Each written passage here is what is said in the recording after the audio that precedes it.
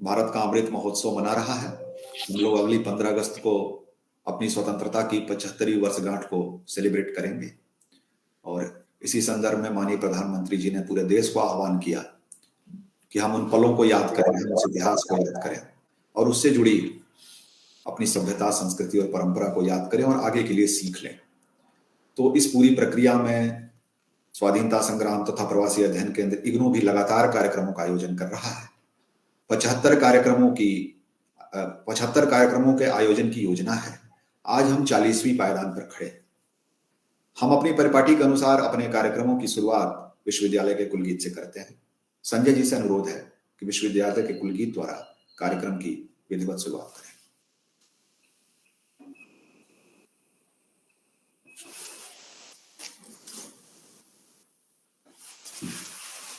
यह जन जन का विश्वविद्यालय,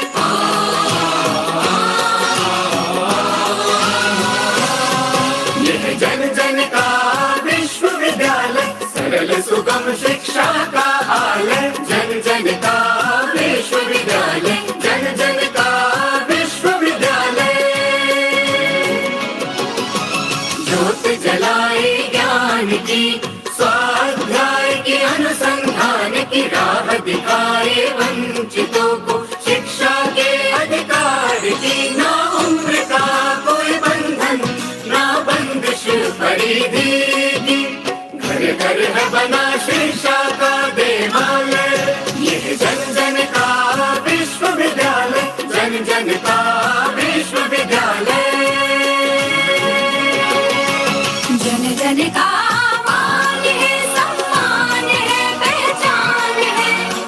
जन का मान सम्मान पहचान है। राष्ट्र का आह्वान है, वरदान है, अभिमान है। राष्ट्र का आह्वान, वरदान, अभिमान है। सर्वसुलभ सर्वोत्तम शिक्षा का है वादा, मुक्त और दूरस्थ शिक्षा का महाल। यह जन जन का विश्वविद्यालय, जन जन का विश्वविद्यालय। देश विदेश पटल पर भूषित, नवाचार से सज्जित, गुणवत्ता से परिपूरित। ज्ञान वाणी ज्ञान दर्शन, ज्ञान कोश से संचित, ज्ञान कोश से संचित। सर्वगुण संपन्न शिक्षा का हिमालय, शिक्षा का हिमालय। यह जन जन का विश्वविद्यालय, जन जन का विश्वविद्यालय।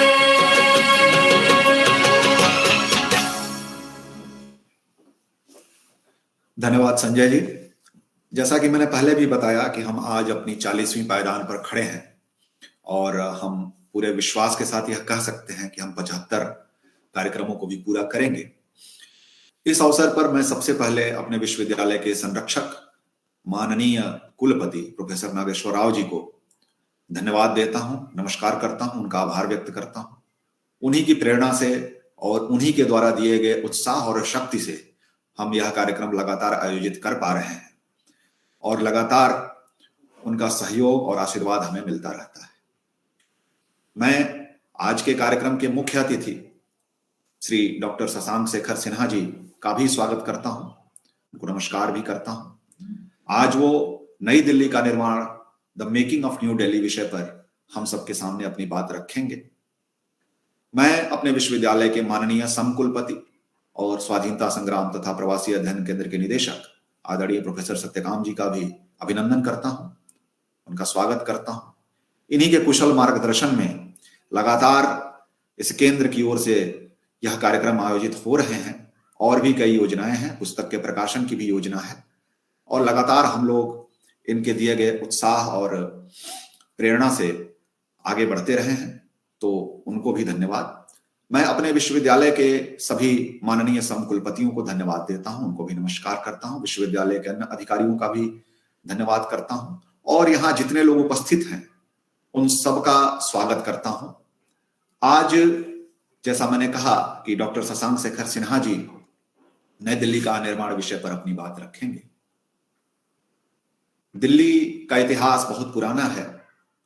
महाभारत काल से इसके इतिहास की गणना की जाती है। पहले इंद्रप्रस्थ नाम से जाना जाता था।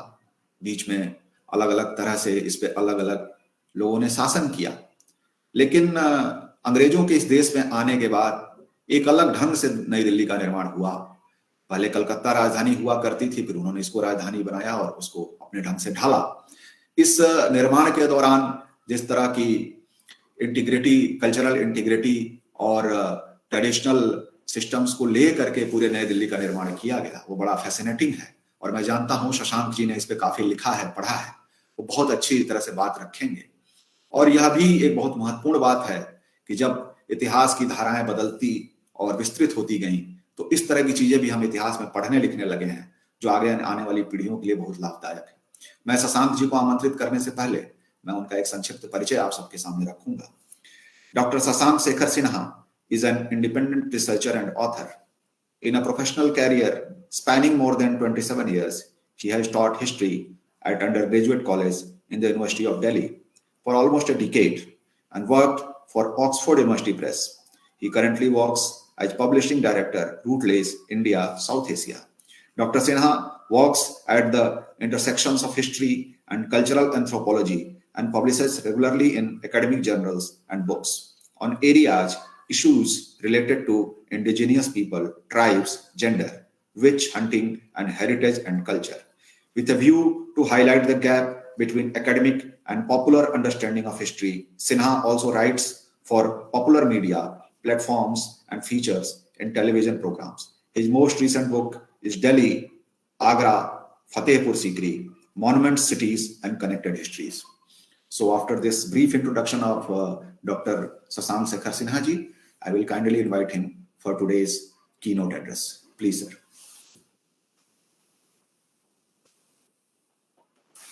Sir, please unmute yourself.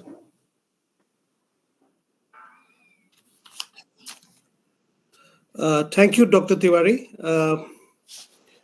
I'm thankful to IGNOU, particularly the Pro Vice Chancellor's Office, and I'm very happy to see Professor Satyakam here, and the Center for Freedom Struggle and Diaspora Studies to give me this, for giving me this platform to share my thoughts on the making of New Delhi. To me, New Delhi is subsumes within itself, many stories, basically. It has several layers which fascinate me, basically. And I'll go back, Dr. Tiwari was talking about kind of a pre-history of the making of New Delhi. I'll dwell into that part and go into other bits as well. To me, it is not just a linear physical town planning and construction exercise. It is much more than that. It represents, among other things, a clash between or coming together of ideas and individuals, on various aspects. There are a lot of debates and discussions on various aspects, including site, including architecture style, including the nature of buildings. There is a lot of symbolism involved, basically. As Thomas Metcalfe says, it was not an innocent exercise. It was not just meant to build, the offices and houses of officials or bureaucrats. It projected the superiority of the colonial rule, through symbolisms, basically. The grandeur of colonial rule. And as Swapna little talks about in a book on, Connaught Place and the making of New Delhi, also represented, ideas like hierarchy, segregation, class, and race, basically. It also reflects and it also talks about stories of displacement, resettlement, and refugees, and also changing dynamics of power between the Mughals, East India Company, and finally the British Empire, the crown which represented after 1857, basically. And a lot of events and happenings that occur in due course of time, things like, partition of Bengal, things like, First World War, Montague-Chelmsford reform of the Government of India Act 1919, then the partition or independence. All these had a bearing on the history of Delhi, or on the history or on the making of the New Delhi, basically. And then there are obviously time and cost overruns, because there is the First World War happens, basically. So it takes away a lot of time. So something which started in 1911 only got inaugurated in 1931. So what Lord Hardinge was very keen to finish off in 4 years' time, when he started this project in 1911, it actually got completed and inaugurated in 1931. That is also not in a full state, basically, right? When Lord Irwin was there, basically. So it took more than 20 years to get into that shape, and more than 10.5 million pounds, and as against an estimates of 5 million pound initially. And it had to deviate from the original plan as well, right? So as we can see, there are a lot of layers involved in the making of New Delhi. But first, a clarification, basically, right? It was not for the first time that the British were settling in Delhi. When we talk about the making of New Delhi, it was not for the first time. On a more organized scale, the British started settling in Delhi, and alongside other Europeans, after 1803, when they defeated the French, basically it took control of Delhi and Agra. So whole this territory comes into place, and they started settling down. So in first half of the 19th century, what you see is, basically coming together of some settlements. And one was the civil lines, basically, which is in as opposed to the native town. So one was the civil lines, then you have the cantonment, and then the cantonment was near the Delhi University Ridge area. And then you had, the Daryaganj, what is presently constitutes the Daryaganj region, where subordinate European officers also stayed, or subordinate officers stayed, basically.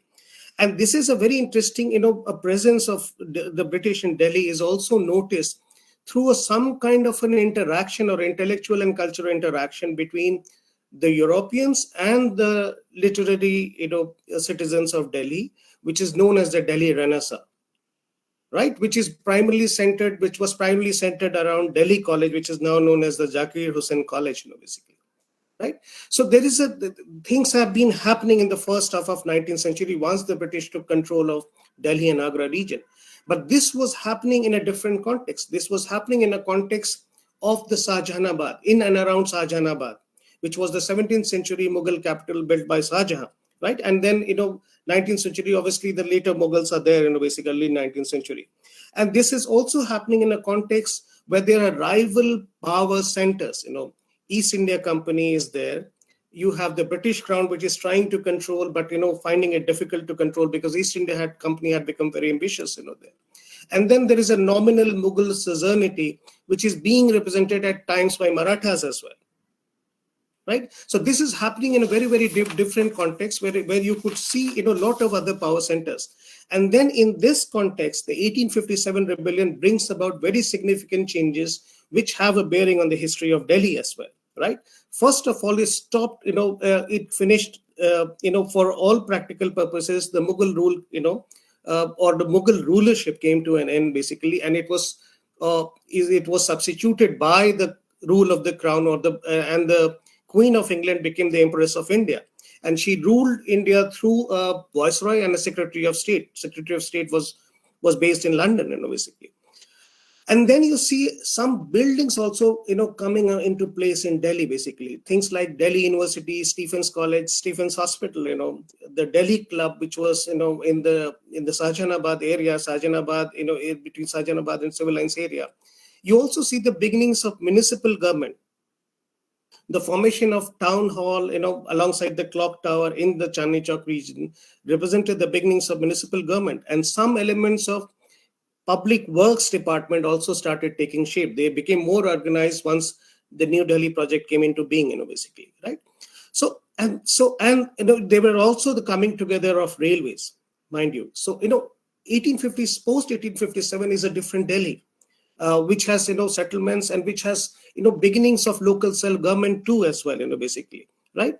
And these ties with Delhi, the British ties with Delhi were cemented through 3 imperial darbars. These darbars were basically an adoption of Mughal-style darbars, which they would hold to commemorate the accession of British monarchs, basically. So they had 3 darbars, one in 1877, the other second in 1903. 1877 was to commemorate the accession of Queen Victoria. 1903 was about Edward VII, And 1911 was George V, basically 1911 Darbar. And it was at the third imperial. So all these three imperial Darbars are held at New Delhi, Delhi. It was not New Delhi then, of course, basically. And it was at the third Darbar, which is the 1911 Darbar, where George V, the British monarch, who was physically present, announced the transfer of capital from Calcutta to Delhi, which was completely unexpected, and it was kept secret till the last moment, basically. Now, what happened at the 1911 Darbar, basically? 1911 Darbar, the partition of Bengal was annulled. And foundation, new capital was announced, that the capital has shifted to New Delhi, and foundation stones were laid in an area which is around the Burari village now. You have a coronation, a park there, now when you go, you have a coronation park very close to the place. So this is an area where the foundation stone of the new capitals were raised, basically in the Burari village. Now, why this decision to move on out of Bengal, basically? And these are primarily two. One was that, the partition of Bengal, as we all know, and the rising nationalist agitation had created a lot of unrest, just going beyond the Swadeshi movement. There were political assassinations, there were bombings. And so the division of Bengal had backfired on the British. And even the Morlemento reforms, basically the 1909 had failed to assuage the feelings of the growing nationalist sentiment.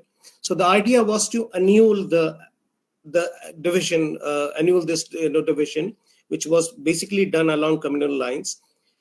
That was one. And the second one that they were facing continuously is that they wanted to give Bengal some element and same status as the Madras and Bombay presidencies, which is now Bombay is now known as Mumbai, of course, and Madras is now known as Chennai. So they wanted to give this, status and provincial autonomy. So there was this demarcation between the supreme government and the provincial government. And it was connected to the idea of greater devolution of power, basically to give to the Bengal government. And that connected to that was these two seats could not be the same. The seat of provincial government and seat of supreme government could not be same. So therefore, the idea was to move away from that part, basically, and to get some other part. Now, why Delhi? Because Delhi, one of those things which, there were two factors once again here. Basically, one is the idea of location. So location-wise, Delhi was very, very close to Shimla, which happened to be the summer capital of the British Empire, basically. So that will save a lot of time. Delhi was equidistant from the two major commercial centers, Bombay and Calcutta. Delhi, the position at Delhi gave them better access to the princely states of northern, central, and western India, basically. And Delhi also was at a very critical junction of railway routes. So the location was very important part of it. But the second part, as I said at the beginning, was equally important, the symbolism part. Delhi had featured, as Dr. Tiwari also mentioned, it was an ancient city associated with Hindu mythology and sacred legends. Delhi was a seat of historic empires, the Delhi Sultanate, the Mughal, and had remained a capital for a very long time, basically in all these years. And the 1857 rebellion had showed that how the Red Fort, the Mughal Empire, and Delhi continued to be the symbolic center of power in India. And so Delhi was chosen one, basically. Now, what they did was, the first idea was, and Lord Hardinge, who was the viceroy at that point of time, during 1911, he was very clear that he's not going to assign it to the PWD, the Public Works Department. So he wanted to have through a small committee, which was a powerful committee, which would execute it in a very specific purpose. So the first thing that was done is to form a town planning committee, and three people became important here: John Brodie, Swinton, and Edwin Lutyens. Edwin Lutyens, who later becomes the architect of many of those buildings in New Delhi. The first two had expertise in municipal affairs. One was a municipal engineer, John Brodie, and Lutyens was then not known as a very, he was known more for designing expensive countryside homes, basically very expensive homes, but not known in the same way that Baker was known for designing government buildings. Baker would design government buildings in South Africa, but Lutyens could make it to the town planning committee. So these three people were there, and the first thing that was given the task of this town planning committee was to identify a suitable site. And in the course of finding a suitable site, quite a few options were explored. The first option that was explored, that why not have it at the same place, where the foundation stones were laid, which is eastern Delhi, close to the Yamuna River. But then that was ruled out because, it was prone to flooding and the water level was very high. So they were not very keen, to have it here. The second site that was also looked at as is the site around Narayana. But it was felt that somewhere it was not connected to the historic cities of Delhi, right? Somewhere it was off of the historic essence of Delhi. So that was also ruled out. And they also thought at one point of time that why not convert this, the civil lines, that they had built, and also parts where they had built in around Shahjahanabad, why not build on that? But the idea of raising the structures or, aligning with those structures was a very expensive proposition. So that was also ruled out. And finally, what they settled on is a village which extended from Malcha, which is near Chanakyapuri, to Purana Killa. So there was a village, which was existing there. Now, what was that village? This village was a village which was not too occupied in terms of not too many constructions were there. Of course, there were ruins, historic ruins there, and people were engaged in cultivation and other, non-agricultural occupations. And it had, very towering presence by way of, in the center of the Raisina Hills. Now, the Raisina Hills would give a very towering view of Delhi, and from there you could see all the cities of Delhi. Now, there were differences over the layout as well, because, initially Lutyens was proposing a layout of a principal avenue from, Malcha, that region near Malcha, basically Malcha village, to somewhere around the Jama Masjid. It would end around that, but Harding ruled that out. And Lord Harding himself took a very direct interest in deciding the layout of the principal avenue. So the first thing that had to be done, yes, the site has been identified. Now let us identify the principal avenue, right?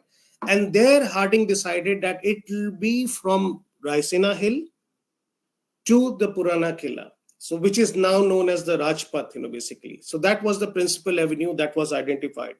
There were also plans at that time to integrate Yamuna, which had changed course, basically. So, bring Yamuna back to its original course and develop a riverfront. And there were also plans to integrate the old city of Shahjahanabad with the new city, as well, through widening of the roads and things like that. And so the two things settled. The site is settled now, and the layout of the principal street is settled now. The third thing was basically about who are going to be the architects and what is going to be the architectural style, right? And here Harding was being a bit conscious. Lutyens, who was already in the town planning committee, was already drawing some sketches, basically. And many of his plans that he drew were actually, rejected by the town planning committee.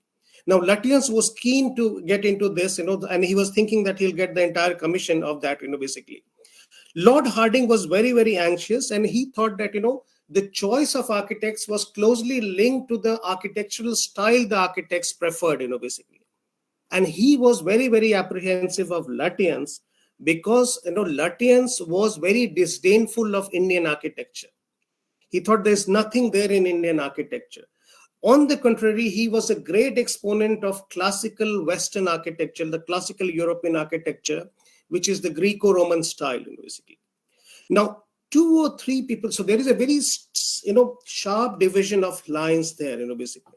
George V, who was the monarch, British monarch, Lord Harding, who was the viceroy, E.B. Hewell, who was the principal of, Calcutta School of Art, and they were at the George Bernard Shaw as well. They were arguing for an Indian, design, or a substantial Indian component, George V, Indian, even suggested to Lutyens that, even the Mughal style would be good. But they wanted to have an Indian component in the design, right? But as I said, Lutyens was very much against the Indian design. He said that, there's nothing there, basically. He was actually disdainful, that. So what Lord Harding did was, he tried to strike a compromise, and that there he played a bigger role, basically. And he tried to neutralize Lutyens by bringing in 2 more people. One was Baker. Herbert Baker. Now, Baker is one person who has been earlier, involved with the design of many government buildings in South Africa. And then, when he comes, during the time when these discussions are happening, he published a piece, where he talked about blending the good elements of East and West, basically. So he became a natural choice that, look, here is a person who is talking sense now. But, with Baker, he was a bit of a diplomat. So he could put his words very carefully as opposed to Lutyens, who would put it very bluntly. So Baker, at heart, Baker also was in favor of European classical architecture. And that was the beginning point for him as well, right? But he said that, and he comes up with a position that European classical style adapted to local climate and materials, right? And finally, so this was the second person. Harding also brought in the third person known as Swinton Jacob. Now, Swinton Jacob was a designer who had been known for his designing buildings on what is popularly known as the Islamic or Indo-Sasanic style. He had designed St. Stephen's College and Kashmiri Gate, also Delhi College in Indore, basically, and some other structures, And he was known as some kind of a person who had who knew the Indian architecture very well. So he was brought in as an advisor or an associate. So after bringing those things in, Harding then said that, okay, these are the people who could be the architects of New Delhi. What was agreed was, as a compromise was struck. And according to the compromise, there were two elements to it. So they will follow the Western classical architecture for the larger purposes of construction.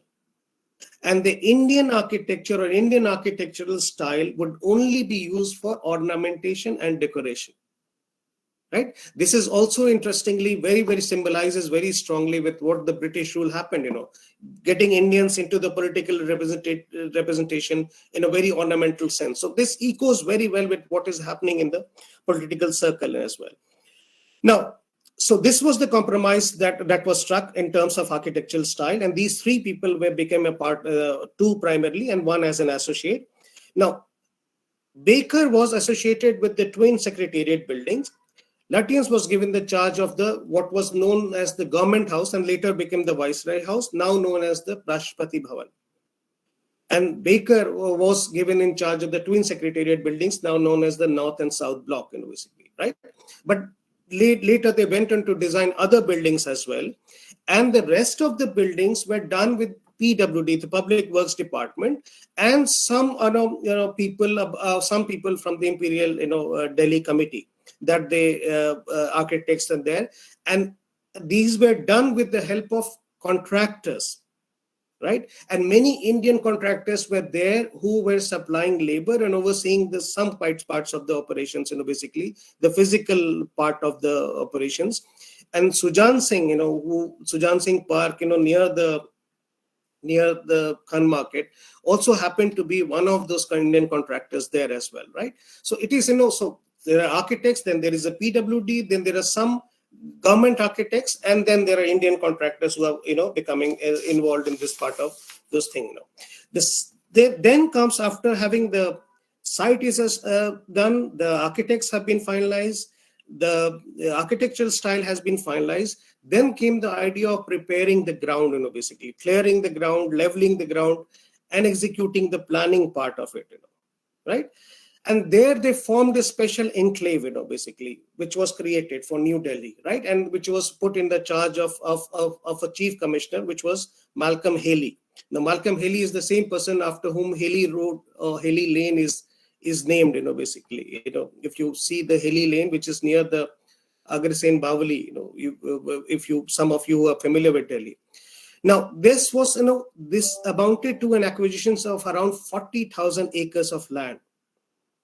Right? So the whole land was divided into 5 zones, out of which 2 zones were immediately important to them. One was the Delhi Imperial Zone, Imperial Delhi Zone, basically, or Imperial City area, right? And the second was the cantonment area, which was near Narayana. So the other 3 zones, they said, okay, they will be used for future development of Delhi, right? But these 2 zones were the immediate areas of concentration for them, basically. Now, this area, the land was, under different kinds of activities. So there are people who have been working on this land, and there are, lots of historic monuments which are there as well. So because of historic ruins, this area was also known as Khandarat, basically, which means, Khandarat, Khandar, basically from Khandar, Khandarat, basically.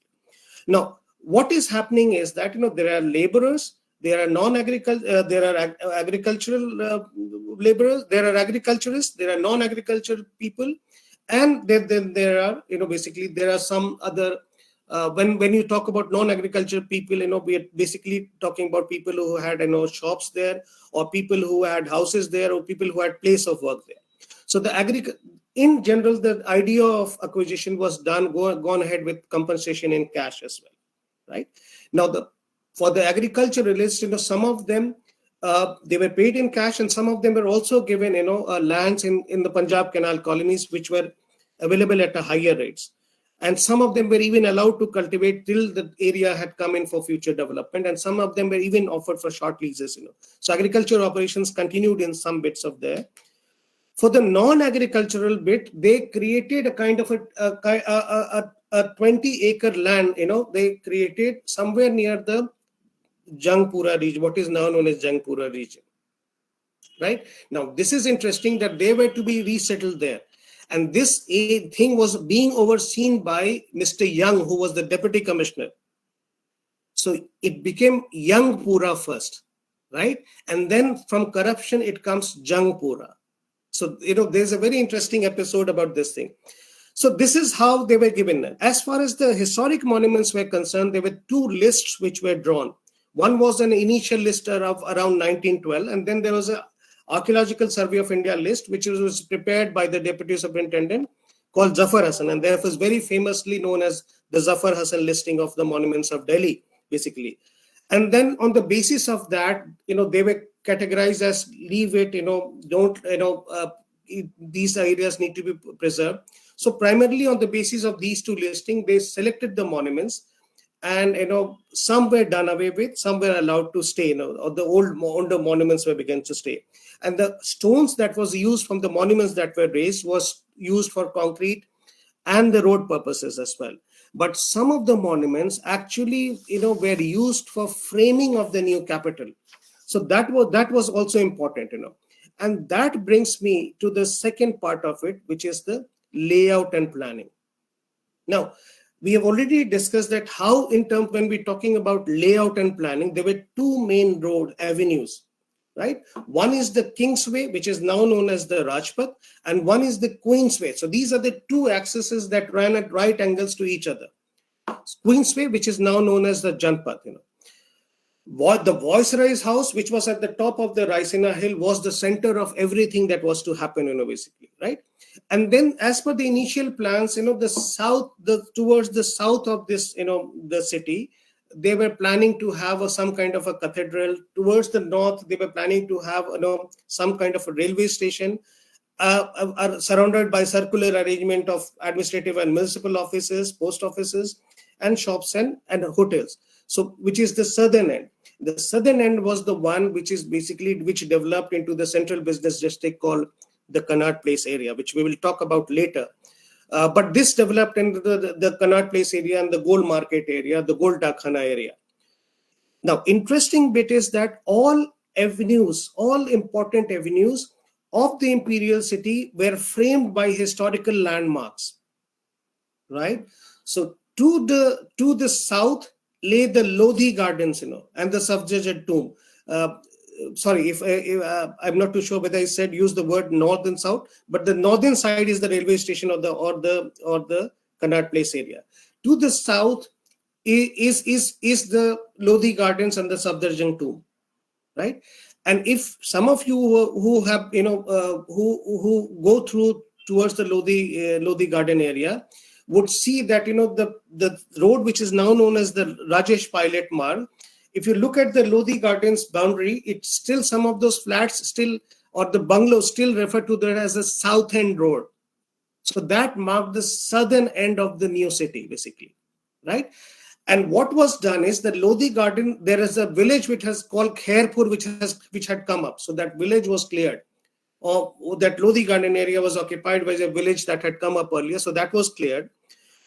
In the north, beyond the Connaught Place area, was the Jama Masjid, which was the quintessential mosque, the congregational mosque of the 17th century Mughal capital, Shahjahanabad. Towards the east was the Purana Killa, right, which was again, a very important, a monument which was connected both with the Mughals and with the Surs, basically. Now, there was another thing that was agreed upon. Lutyens had initially suggested that the whole city would be done on grids, which was completely rejected. And it was said that it would be done, this would be a mixed kind of streets, where it would have straight streets, it would have curved streets, it would have, radial roads, and also hexagonal spaces and roundabouts and, triangular spaces, So it was a kind of a mixed kind of streets that was, adopted in the plan. Now, let me come to the Kingsway first. The Kingsway was, the area which, as I said, ran from the Raisina Hills to the Purana Killa region, right?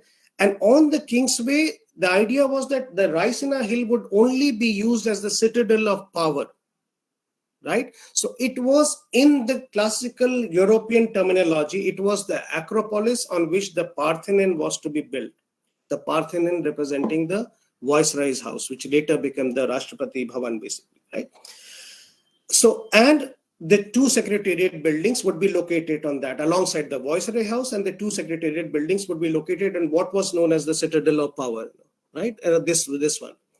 And when you think about these two buildings, when you talk about the Viceroy house or the twin secretariat buildings, you can see how the mixing of architectural styles, which was being debated earlier, comes to fruition. So when you look at the Rashtrapati Bhavan, you have the dome and the railing, which is inspired by Sanchi. Then you have the Mughal gardens, right? But you have, so these are being in the top, but you have what you see by way of a very, impressive or imposing facade, a colonnade, which is inspired by the row of colonnade and columns, which are inspired by the Greco-Roman style, very, very predominantly Greco-Roman style of that, basically, right? But the other element which gave an Indian touch to these architectural interventions was the use of the red and buff sandstone. They had also been used in the Sultanate buildings, and they had also been used in the Mughal buildings as well. And when you look at the twin secretariat buildings, alongside, the columns and the colonnade, the European columns of the classical, you see the Renaissance kind of domes, you see the round arches, but by way of Indian motifs, you see chhajjas, which are cornices, to mainly prevent heat and sunlight and rains, basically. So if you see the chhajjas, the chhatris at the top, you see the jalis, basically, which are perforated screen. You see, by way of decorative heads, carved brackets, which were again a very interesting Indian features, and elephant heads on the pillar capitals. So these, so the combination of this architectural elements comes to fore, very, alongside all these elements, there in the New Delhi side, basically, or in those two buildings. Now, when you going further down that the Kingsway, there is a Victory Square, which is now known as the Vijay Chowk. So it was a spacious plaza which was framed by fountains, and it was used for ceremonial purposes, and later used for beating the retreat ceremony, basically, which we are familiar with. And the side between the Victory Square, which is the Vijay Chowk, and the India Gate, which came in later, was dotted by lawns, pools, and rows of trees, basically, right? So this is a very, very spacious, boulevard which is being developed, along the principal ceremonial avenue. The principal ceremonial avenue is also known for its symmetry. It was like a grand axis, right, which was which had a very important statement to make, basically, and this is the line where this Republic Day parade has been held, for a very long period of time. So so the interesting bit, when you look at those buildings, you see that, one question that arises at why is the current parliament, building, which was earlier known as the Council House, not along that citadel or the central axis or central imperial axis? And the simple reason for that, it was never a part of the original plan. So the functions of parliament or a representative institution was initially done by the Viceroy's House. So the Viceroy's House initially functioned as a space where all kind of representative institutions would be there in the Viceroy's House as well, right? So it functioned as the Viceroy's House was the center where any representative office would be there, right? Later, during the Montague-Chelmsford reform, extended the political representation, and there came a need for a separate building to make a kind of a provision for a bicameral legislature, which was basically a council of states, which later became the Rajya Sabha, and the Legislative Assembly, which became the Lok Sabha. And through a proclamation of George V, the monarch, he said that we need to have the princes also involved in the representative machinery. So Chamber of Princes is also made, basically. So when you see, it appears as a colosseum of three semicircular chambers. So these three semicircular chambers, each representing Council of States, the Legislative Assembly, and the Chamber of Princes, they were connected to a central chamber where the Tryst of Destiny speech, by the first Prime Minister was held, basically, right? And for the legislatures, basically, two hostels were created, which is along the Janpath now, which is along the Queensway, which is the Eastern Court and the Western Court. So they were used for visiting legislatures. Now, for the Indian and here one can see elements of discrimination or segregation there. For the Indian legislatures, there were separate structures called orthodox quarters. And later, when the need for including more Indian legislatures arose, they sold off the Eastern Court to the Post and Telegraph Department, and from the funds that were raised, they created more orthodox quarters. So these elements are, one could see those elements there as well. Now, like the Council House or the later Parliament, as I said, basically, India Gate also came in later. It was not a part of the original plan. The work begins, in the 20s, it was not a part of the original plan. And it came in because it was done, constructed in the memory of soldiers who had died during the First World War and the Third Afghan War. The names you could still see there, right? The First World War had brought in several complications. One, that, everything got delayed. There were price hikes. The budgets went in for a toss. They were, the estimates for construction went on from 9-17 lakhs to around 14-19 lakhs. There was a delay in supplying equipment because all of them were geared to war efforts. Many of the skilled engineers had been shifted to war efforts. There were high freight charges. But the First World War also led, because of this, the death of soldiers, also led to the construction of a new arch-shaped memorial, thing, which was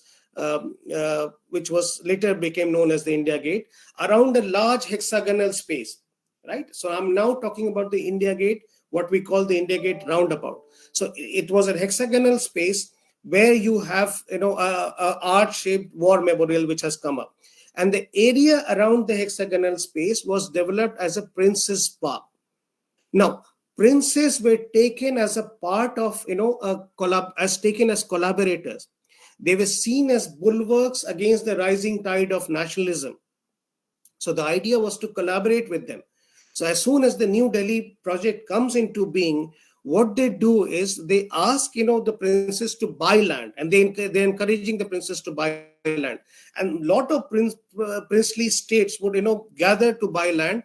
And so there were eventually around 36, princely states, who occupied land from 4 to 8 acres, basically in extent, Now, the location would also depend on the power and proximity to the British rule, right?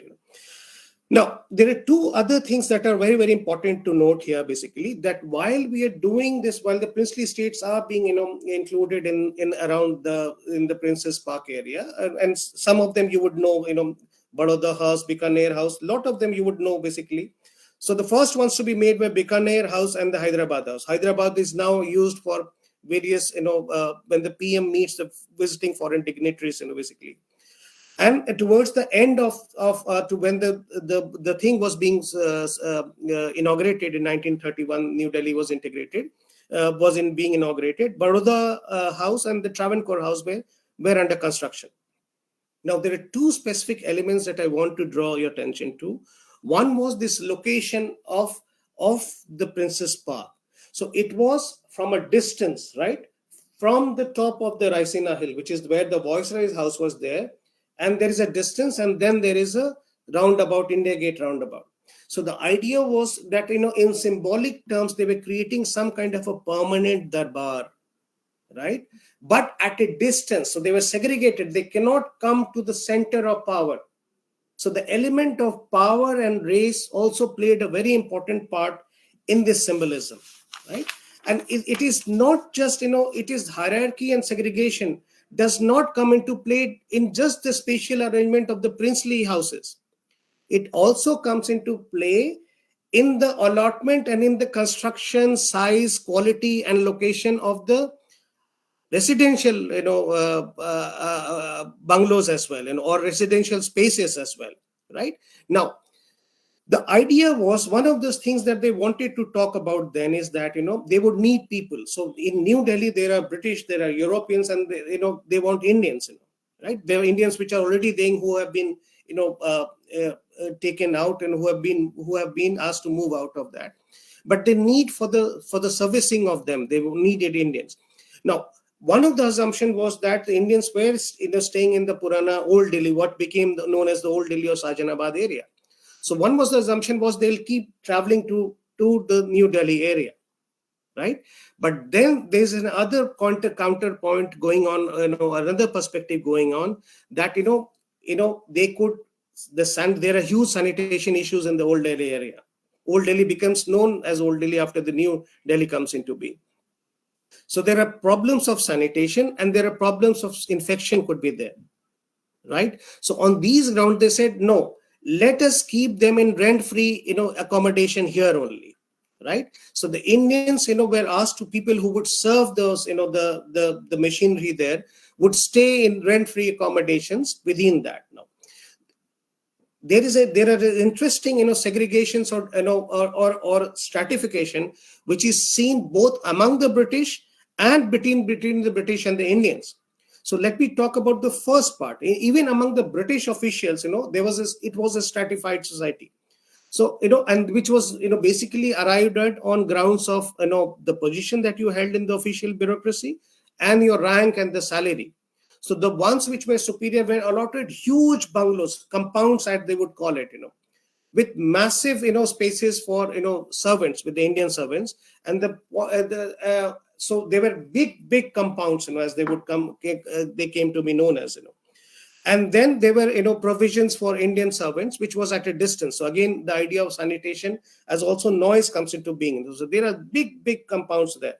Now, when you look at the houses or of the clerks, you see a very clear cut of racism there, So, for the same rank and the same pay scale, the Anglo-Indian, clerks would get much bigger houses and more refined houses, as compared to the Indian clerks, who were basically housed somewhere near the northern area, somewhere near what is now known as the gold market area. And, so their facilities were also not so great, as compared to the Anglo-Indian clerks.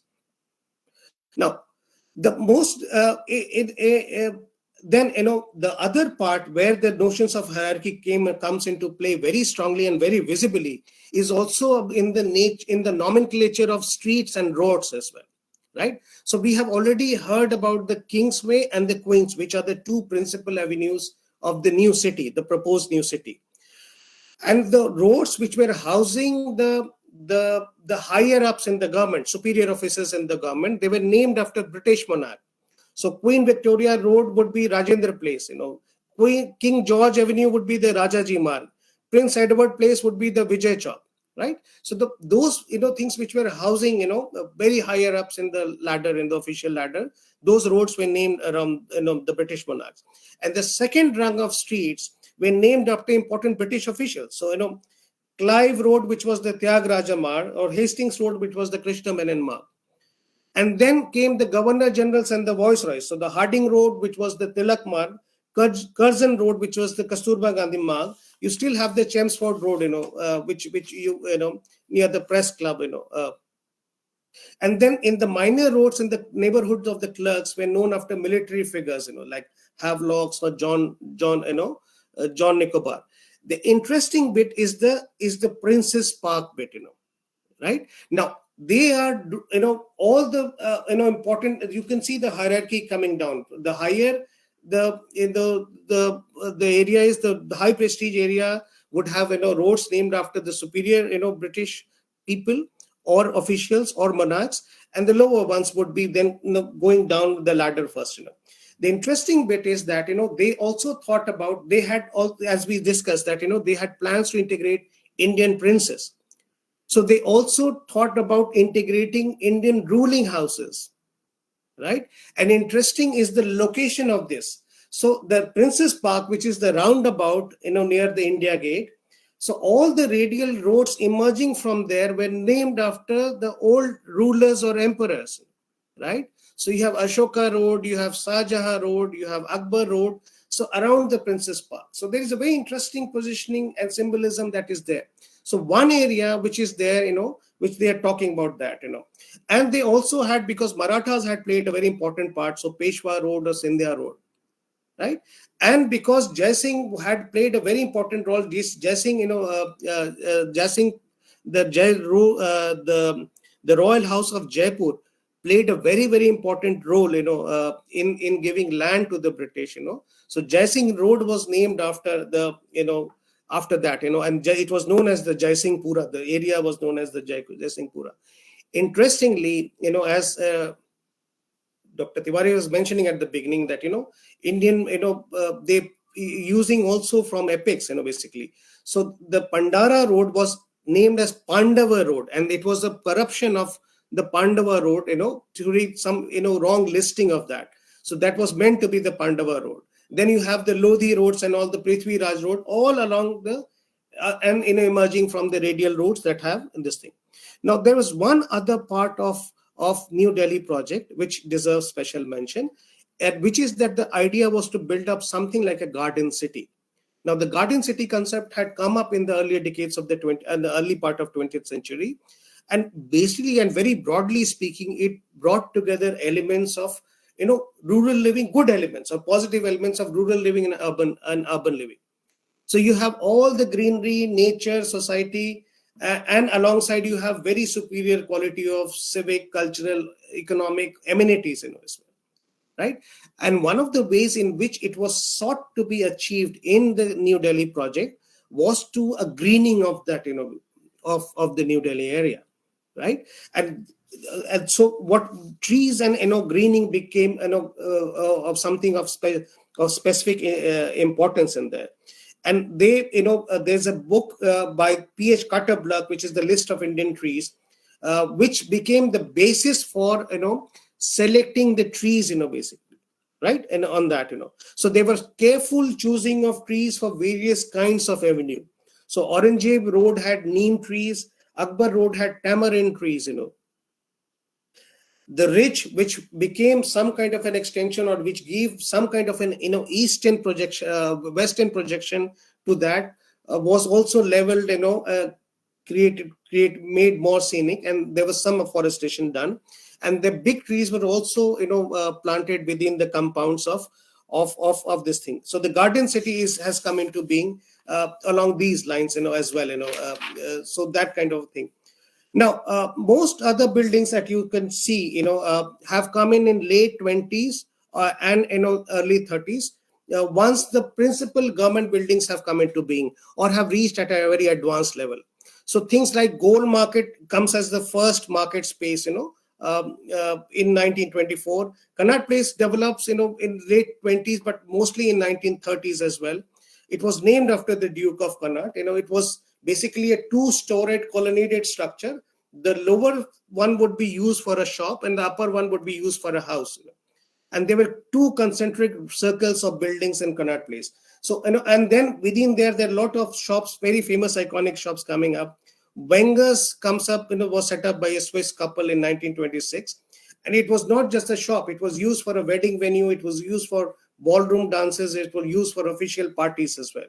Then the cinema hall started, this is all happening in 30s. Regal, Rivoli, Odeon, India Talkies coming into being. The Imperial Hotel is being set up in 1930s. It was, set up on the grounds of recreating, something like an imagination of recreating a 19th century British manor, right, luxury. So it was known for its utensils, the cutlery. It was known for its furniture, and it's known for the Daniel's paintings, famous Daniel paintings, that you could still see at the Imperial Hotel if you go there. And then there is a crescent, which is now known as the Wellington Crescent. That was, on the western side of it. So there are two parts of it. It starts from the Nehru Memorial, Teen Murti Bhavan, and then ends into something called the Gold Dak Khana. So one end of the Teen Murti Bhavan was basically set up was known as the Flagstaff House, and it was the house of the Commander-in-Chief of the British Army. And later it became Teen Murti Bhavan and also became the residence of India's first Prime Minister. And the other end was the Gold Dak Khana. And the Gold Dak Khana was, earlier, known as Alexandra Place, and it was the headquarters of the Public Works Department, and also functioned as some kind of a Viceroy's camp post office. But in 1960s, it became the General Post Office, the GPO. Around that, you were also the first Roman Catholic Church was the Sacred Cathedral was set up. Earlier churches like this, St. James Church near Kashmiri Gate, or St. Stephen's Church, or the other churches were Anglican churches. So they were first time being set up. What is known as the Ram Manohar Lohia Hospital now was the Wellington Hospital. So they were all being set up, on that. And the thing was, and this is when I'm moving towards the final part of my talk today. 1931, it was inaugurated by Irwin, and there were celebrations on the Raisina Hill. There was, during this, time, the columns of the Dominion were also, unveiled. You could see some columns of the Dominion right, in front of the Secretariat buildings, the North Block and the South Block. They have on the Capitol is a ship which represents the maritime might of the British Empire. But by the time the Dominion columns had come into place, they were given by 4 different countries, South Africa, all the Commonwealth countries, South Africa, Canada, Australia, New Zealand. India had already been struggling towards the Purna Swaraj, already had given the thing towards the slogan towards the Purna Swaraj. So the Dominion status they were trying to bring in. So every part of it was very, very reflective of the political developments and very, very symbolic of them as well. But within 14, 15 years, New Delhi becomes, within the inauguration, it could never really take off in such a big way. The streets, were not so occupied, and then it gets embroiled into the nationalist agitation in the later 40s. But before that, the Second World War. The Second World War brought a lot of business for the Connaught Place area. But also, there were a lot of, structures, which was makeshift structures set up along the Queensway to accommodate the Americans that had, who had done that. Purana Killa becomes some kind of a station for the Italian prisoners of war. So all these kind of things are happening, and then comes, finally you have the Royal Indian Navy, RN trials, where Redford becomes the center of attention, and then there is this increasing nationalist upsurge, and finally comes the transfer of power and independence, where the Raisina Hill becomes the citadel of power, still continues to remain the citadel of power, but it becomes the colonial power. It becomes the citadel of democracy, and there are 2 or 3 things which are happening. One is the renaming of the buildings and the structures, right? So it becomes Rashtrapati Bhavan, North and South Block, then it becomes the Council House becomes the Shansad Bhavan. Then there are changes in the functioning of these structures. And third, there are Indianization of the of those buildings, basically. So new sculptures are being added, statues are being added in the Parliament complex, or paintings are being included in the Rashtrapati Bhavan complex or in the Parliament complex. And new structures are also being added. For instance, later Parliament got in the Parliament Annex and the Parliament Library as well. And along the same time as the independence comes, what also comes along with freedom is the partition and the refugees from Pakistan, basically. So the Delhi Muslims are moving towards Pakistan, but Hindus and Sikhs are coming from and settling in Delhi. And there, almost 5 lakh people have come in by way of refugees. So the idea is that how do you accommodate them, right? And so the refugee camps come up in Purana Killa and Humayun's tomb area, Safdarjung tomb as well.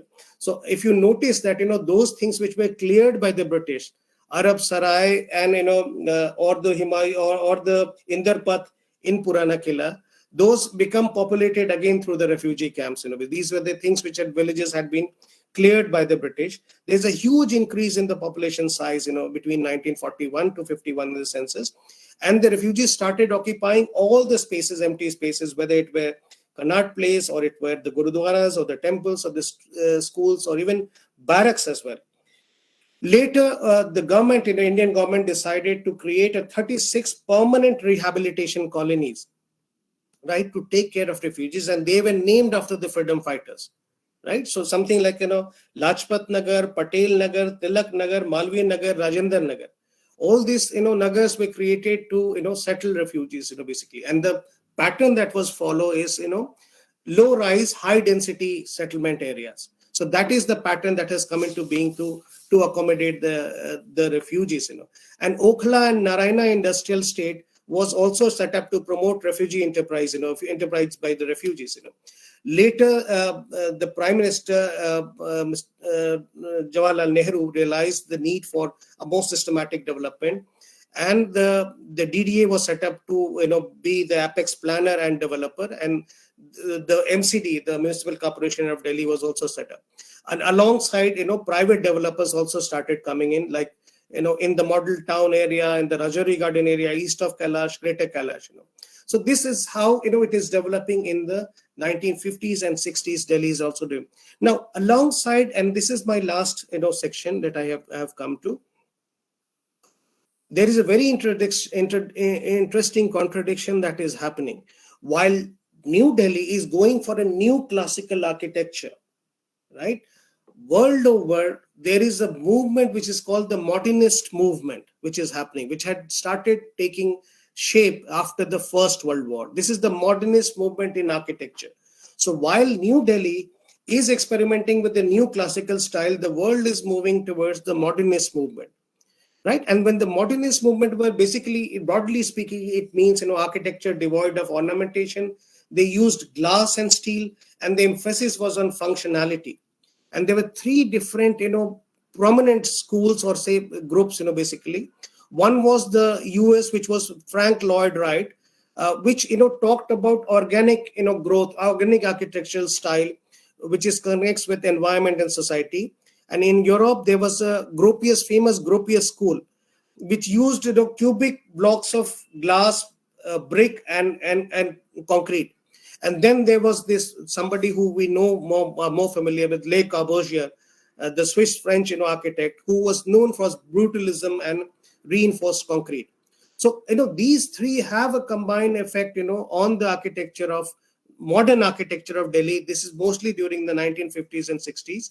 This happens. So the first round of modern architecture happens by way of the influence of these 3 different kinds of the modernist movements and the people, the architects who were influenced by them.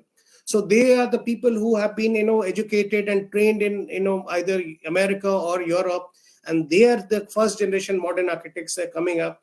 They're using local sensitivities and local material with their modern education. right? So some kind of a modern Indian architectural style is taking shape, which is connected with the idea of nation building. And the first prime minister was very, very keen to patronize them, these kind of the modern architects. And some of those that you can, and alongside that you also have foreign architects coming in. So Le Corbusier was involved with Chandigarh, and he had influenced many people in India. So the Sri Ram Center or the ISBT or the IIT buildings are influenced by the first this kind of 50s and 60s kind of a modern architectural style. And later, what you see is basically in 1970s and 80s, they are going beyond Wright or Gropius or Corbusier, and having a more holistic kind of approach. And Delhi's first skyscrapers start coming in. We have architects like Charles Correa, Raj Grewal, Romy Khosla. So the Jeevan Bharati building or the Palika Kendra building is representative of kind of this kind of a style. So it has been in continuous evolution. And as I talk now, or as I concluding my talk now, New Delhi is going for another makeup, which is the Central Vista Redevelopment Plan. Thank you. Thank you so much, Dr. Sasankji. This was a fascinating lecture, actually. Free-flowing, very informative, and also very explanative. You talked about the location, the geographical significance, the symbolism. But the most important thing, what about, is that hierarchy and segregation point. And you not just touched upon the making up New Delhi before the independence, but you also elaborated how it came in the shape after independence. So thank you so much for this. This is a very important lecture. I think this is very good for our students also. There is a small request, Dr. Sasankji. We are planning to publish all these lectures in the form of a book. So if you can please provide us the in a form of paper, this lecture. I will contact personally with you by phone and by email. So please provide that. It will be great. Thank you so much, sir. अब मैं आज के समाहार के लिए माननीय समकुलपति और केंद्र के निदेशक आदरणीय प्रोफेसर सत्यकाम जी को आमंत्रित करता हूं। धन्यवाद डॉक्टर सुशील तिवारी जी। आदरणीय कुलपति प्रोफेसर नागेश्वर राव जी, जिनके संरक्षण में और जिनके नेतृत्व में हम भारत की आजादी का अमृत महोत्सव मना रहे हैं, भारत के 75वें स्वतंत्रता वर्ष के अवसर पर प्रधानमंत्री के आह्वान पर मैं सबका स्वागत करता हूं। आदरणीय डॉक्टर शशांक शेखर सिन्हा जी, जिन्होंने विस्तार से दिल्ली के बनने की प्रक्रिया और खास तौर पर जो इसके स्थापत्य के विकास की जो यात्रा की उनके साथ हमने, उनका मैं स्वागत करता हूं। और सभी निदेशकों को और क्षेत्रीय केंद्र के निदेशकों को मैं प्रणाम करता हूं। आप लोग लगातार इस कार्यक्रम से जुड़ते हैं और आपके माध्यम से अपने विद्यार्थियों तक पहुंचते हैं और विभिन्न चैनलों के माध्यम से, जो हमारे पास 5 चैनल्स हैं, इसके अलावा रेडियो का जो चैनल है हमारा ज्ञानवाणी, उसके द्वारा हम अपने विद्यार्थियों तक पहुंचते हैं। और यही इग्नू की खासियत है कि हमारी आवाज दूर तक जाती, दूर तक सुनी जाती। और इस कार्यक्रम की एक खासियत है कि हर एक सप्ताह हम एक नए विषय पर बातचीत करते हैं। इतिहास तो हर एक विषय में समाहित होता है और आज भी इतिहास के एक पन्ने को हमने देखा है। हम सब जो दिल्ली में रहते हैं वो दिल्ली को धीरे धीरे अपना लेते हैं। दिल्ली सभी को स्वीकार करती, किसी का परित्याग नहीं करती। ये दिल्ली की खूबी है। मैं बिहार का रहने वाला हूं और सैकड़ों मजदूर, सैकड़ों ब्यूरोक्रेट, सैकड़ों शिक्षक, सैकड़ों कामगार बिहार से दिल्ली आते हैं और दिल्ली उन्हें सहर्ष गले लगाती। और ये केवल मसला बिहार और दिल्ली का ही नहीं है, बल्कि तमाम पूरा भारत दिल्ली में समाहित है। मैं जब पहली बार इग्नू ज्वाइन करने के लिए आया था, वैसे 2-3 बार दिल्ली घूमने या दिल्ली को छूने के लिए आया था। और जब हमारी गाड़ी पुरानी दिल्ली के लोहे के पुल से गुजर रही थी तो मुझे एक अजीब सा एहसास हुआ। और जब पुरानी दिल्ली पर के स्टेशन पर मैं उतरा तो मुझे लगा कि ये एक बहुत बड़े शहर में मैं चला आया। फिर सिलसिला शुरू हुआ और दिल्ली मेरे भीतर धीरे धीरे समाने लगी। यह सिलसिला केवल मेरे साथ नहीं हुआ है। यहां जो भी आया वो यहां का होके रह गया। आया आक्रमणकारी के रूप में, लेकिन दिल्ली ने उसे ऐसे गले लगाया। बहुत सारे ऐसे भी आक्रमणकारी आए जिन्होंने दिल्ली को लूटा, लेकिन वो अपवाद है। ज्यादातर लोग जो बाहर से आए और यहां बस गए, उन्होंने दिल्ली को अपना लिया। दिल्ली ने उन्हें अपने हृदय में समा लिया। और कवियों की तो क्या कहूं, मीर हों, गालिब हों, जितने भी कवि इस दौरान हुए, उन सब ने दिल्ली के बारे में बढ़ चढ़ कर लिखा। और जब दिल्ली छूटी तो बहुत रोए। दर्द का बयां किया उन्होंने अपनी कविताओं में।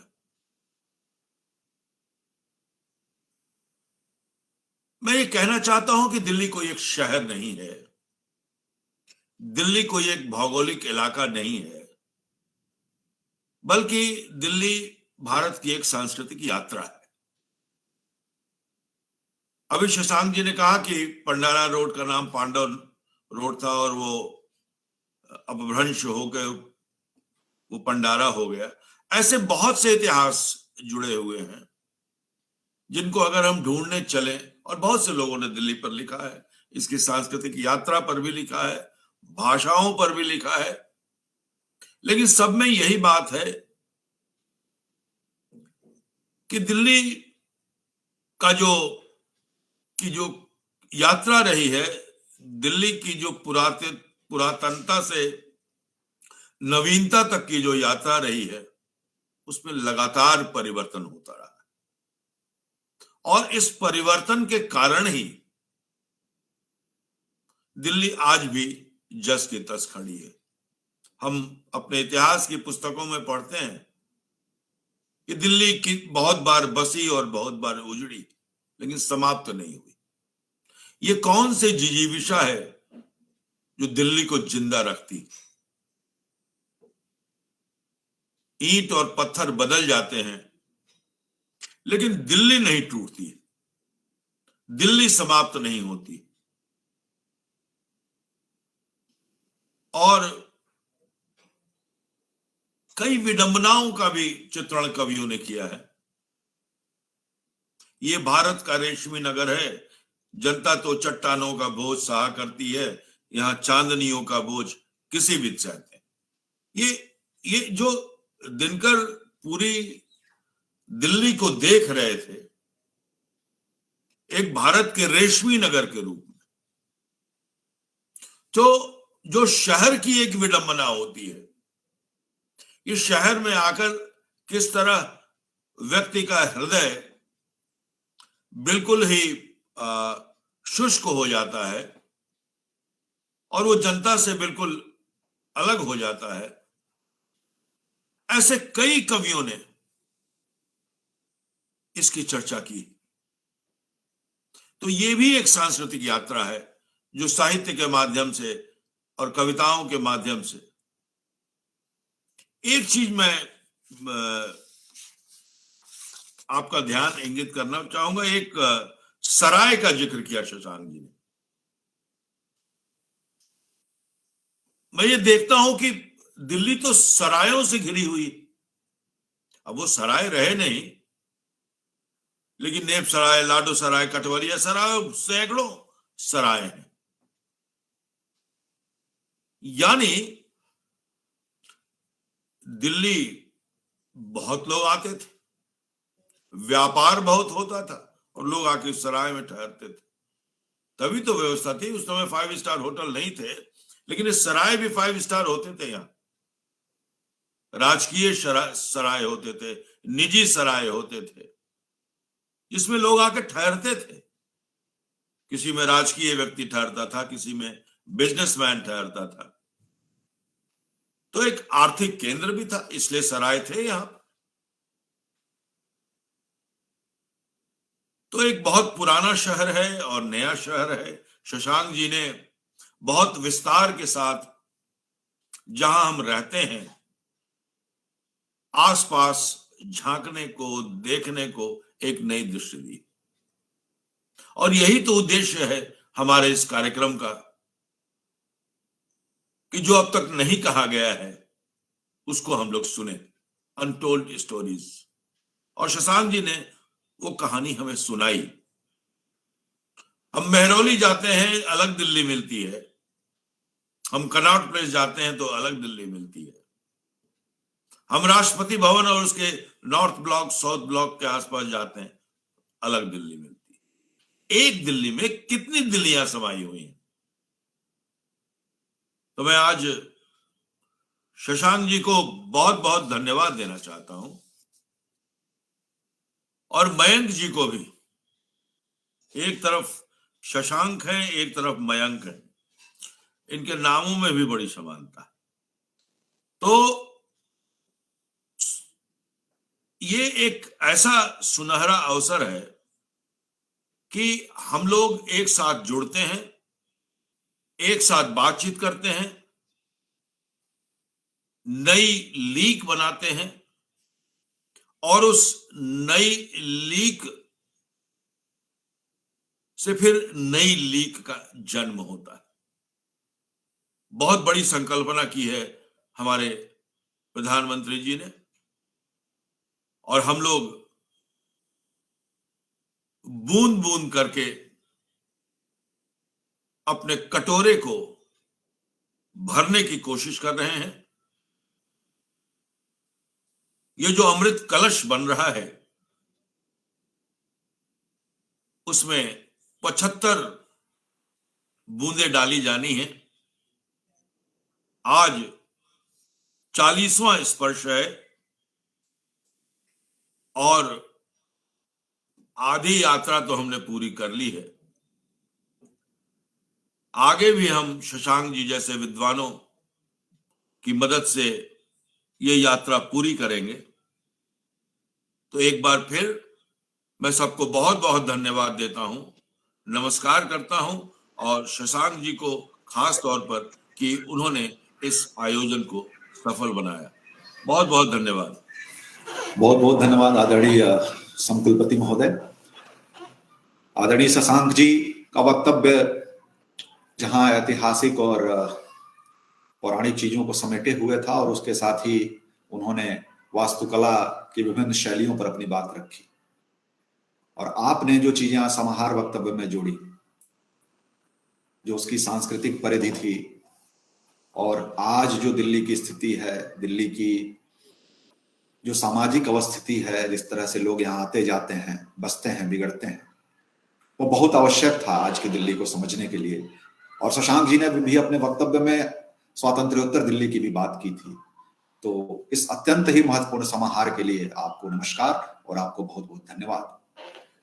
मैं पंकज राग की 2 लाइनें यहाँ पढ़ करके और फिर सुरेश जी को बुलाऊंगा। पंकज राग जी ने कविता लिखी है दिल्ली पे, उसकी 2 लाइन की पुतलियों पर ठहरती नहीं है दिल्ली, हाथ के आईने में रुकते नहीं है लोग, फिर भी दिल्ली जब बुलाती है लोग दौड़े चले आते हैं। ये दिल्ली की सच्चाई है और अब आज ऐसी ही दिल्ली है और हम दिल्ली में जी रहे हैं। बहुत बहुत धन्यवाद आप दोनों का। अब मैं सुरेश जी को आज के धन्यवाद ज्ञापन के लिए आमंत्रित करता हूं। सभी को नमस्कार। भारत की आजादी का अमृत महोत्सव के अंतर्गत इंदिरा गांधी राष्ट्रीय मुक्त विश्वविद्यालय द्वारा 75 व्याख्यान आयोजित होने हैं।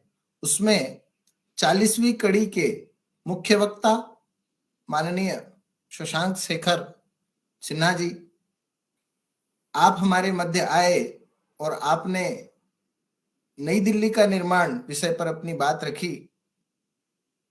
हम बहुत आपके आभारी हैं। आपका धन्यवाद। महोदय, जब आप बता रहे थे तो मनुष्य का स्वभाव है और ऐसा होता भी है कि मन मस्तिष्क के अंदर जो जो क्वेश्चन मार्क एग्जिस्ट हो जाते हैं, और जो भी दिल्ली को देखने आया होगा उसके मन में जो जो जिज्ञासाएं, जो जो क्वेरीज, जो क्वेश्चन मार्क के रूप में एग्जिस्ट थी, वो आपने अपने व्याख्यान के माध्यम से उन प्रश्नवाचक चिन्हों को हटाया है। मैं जब प्रोफेसर सत्यकाम जी कह रहे थे कि वो पुरानी दिल्ली में जब उतरे और जब उन्होंने देखा, मैं बता रहा हूं कि मैं भी गांव का रहने वाला हूं, बैतूल मध्य प्रदेश का, और मैं जब दिल्ली आया तो मैं देखता, जैसे उन्होंने कहा कि पूर्व की दिल्ली अलग है, पश्चिम की दिल्ली अलग है, केंद्रीय दिल्ली अलग है, इस तरह से वह यहाँ की वास्तुकला को देखने के बाद, अलग अलग भवन निर्माण शैलियों को देखने के बाद एक मन में प्रश्न उठता था। और वो जो जितने भी प्रश्न उठे, बहुत सारे प्रश्नों का आपने सबके मन के मस्तिष्क के प्रश्नों को आज हल किया, उन प्रश्नवाचक चिन्हों को दूर किया। आपका बहुत बहुत धन्यवाद, बहुत बहुत आभार। जिनके नेतृत्व में और जिनके संरक्षण में यह 75 व्याख्यानों की श्रृंखला चल रही है, ऐसे हमारे विश्वविद्यालय परिवार के मुखिया माननीय प्रोफेसर नागेश्वर राव जी महोदय, आपका बहुत बहुत धन्यवाद, बहुत बहुत आभार। आपका ऐसा ही सतत हमें मार्गदर्शन मिलता रहे। आपका धन्यवाद, आभार। स्वतंत्रता संग्राम और प्रवासी अध्ययन केंद्र के माननीय निदेशक और विश्वविद्यालय के माननीय समकुलपति प्रोफेसर सत्यकाम जी, आपके निर्देशन में यह व्याख्यान श्रृंखला लगातार चल रही है और आदरणीय शशांक शेखर सिन्हा जैसे विद्वानों को हमें सुनने का अवसर प्राप्त होता है। महोदय, आपका बहुत बहुत धन्यवाद, बहुत बहुत आभार इस व्याख्यान श्रृंखला के सफल संचालन के लिए। विश्वविद्यालय परिवार के समकुलपति गणों में professor RP. Das ji, professor Uma Kanjilal जी, प्रोफेसर सुमित्रा कुकरेती जी और विश्वविद्यालय परिवार के विभिन्न इकाइयों के निदेशक गण, क्षेत्रीय केंद्रों के निदेशक महोदय गण, जो मैं यहाँ देख रहा हूँ, सभी क्षेत्रीय केंद्रों से यहाँ निदेशक महोदय इस आभासी माध्यम से व्याख्यान का आनंद ले रहे हैं। आप सबको बहुत बहुत धन्यवाद, बहुत बहुत आभार। विश्वविद्यालय के सभी इकाइयां, सभी विभाग के विद्वज्जन, श्रोता और अकादमिक जगत के विद्वानों, आपका बहुत बहुत धन्यवाद, बहुत बहुत आभार। विश्वविद्यालय के प्रशासनिक इकाई में विश्वविद्यालय परिवार के कुल सचिव, उपकुल सचिव, सहायक कुल सचिव और सभी विश्वविद्यालय परिवार के साथियों, आपका बहुत बहुत धन्यवाद, बहुत बहुत आभार। इस व्याख्यान श्रृंखला का प्रसारण होता है YouTube, फेसबुक, ज्ञानवाणी, ज्ञान दर्शन, ऐसे प्रसारण करने वाली टीम को बहुत बहुत धन्यवाद, बहुत बहुत आभार। हमारे संजय जी और उनकी तकनीकी टीम को बहुत बहुत धन्यवाद, बहुत बहुत आभार। आज के कार्यक्रम के जुड़े हुए सभी श्रोतागण और आगामी समय में प्रसारण के माध्यम से सुनेंगे ऐसे सभी श्रोतागणों का बहुत बहुत धन्यवाद, बहुत बहुत आभार। और इस कार्यक्रम के संचालन में डॉक्टर सुशील तिवारी, मेरे मित्र, आपका बहुत बहुत धन्यवाद, बहुत बहुत आभार। नमस्कार। धन्यवाद सुरेश जी। अब हम कार्यक्रम का समापन करेंगे। अपनी परिपाटी के अनुसार राष्ट्रगान के द्वारा कार्यक्रम का समापन करते हैं। मेरा आप सबसे अनुरोध है कि राष्ट्रगान के सम्मान में अपने स्थान पर खड़े हो जाएं और संजय जी से अनुरोध है कि राष्ट्रगान का संचालन करें।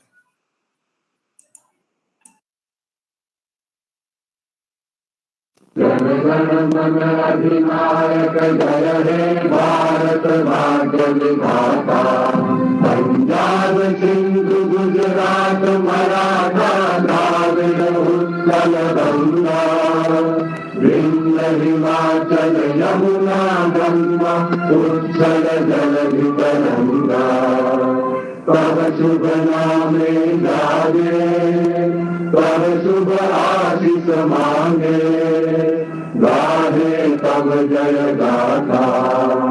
जन गण मंगल गायक जय हे भारत भाग्य विधाता, जय हे जय हे जय हे जय जय जय जय हे।